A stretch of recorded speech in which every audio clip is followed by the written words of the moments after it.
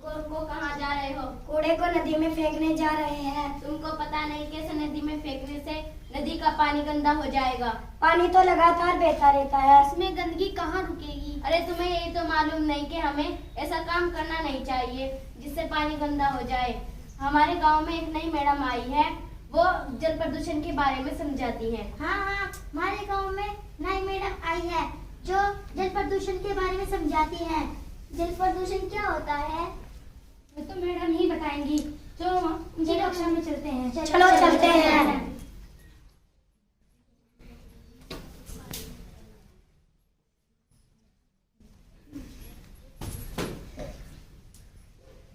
बच्चों, मैं आज आप लोगों को जल प्रदूषण के बारे में जानकारी देना चाह रही हूँ।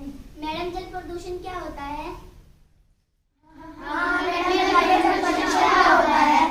जल प्रदूषण का मतलब है पानी का दूषित या गंदा होना।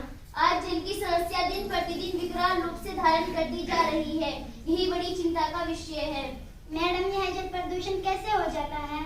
हाँ मैडम, बताइए जल प्रदूषण कैसे हो जाता है? हम लोग ही जल को प्रदूषित कर रहे हैं। मैडम, हम लोग वो कैसे? हम लोग नदी तालाबों में नहाते हैं, कपड़े धोते हैं, मलमूत्र डालते हैं, इससे पानी गंदा हो जाता है। अपने घरों को साफ कर कर कूड़ा करकट नदी तालाबों में डाल आते हैं, इससे पानी गंदा हो जाता है। इसके अतिरिक्त नगरों में कारखानों का रसायन बचे हुए जल प्रदूषण सभी कुछ नालों से होते हुए नदियों में बहा दिया जाता है, इससे पानी गंदा हो जाता है।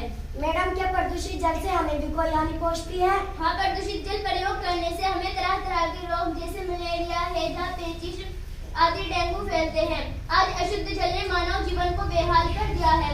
यदि समय रहते हम इस पर नियंत्रण नहीं करेंगे तो सारा संसार हाहाकार करने लगेगा। मैडम, हमें आपकी बात अच्छी तरह समझ में आ गई है। आज से हम संकल्प करते हैं कि हम पानी को गंदा होने से बचाएंगे। हम मैडम घर के कूड़े कचरे मलमूत्र आदि पानी में नहीं फेंकेंगे। बहुत अच्छा, यदि इसी तरह संसार के सभी लोग संकल्प लेंगे तो जल प्रदूषण की समस्या से छुटकारा पाया जा सकता है। मैडम, हम खुद भी रुकेंगे और दूसरों को भी रोकेंगे। ठीक है, अब मैं चलती हूँ। गांव के सभी लोग ये संकल्प करें कि आज से हम जल प्रदूषण को गंदा होने से बचाएंगे।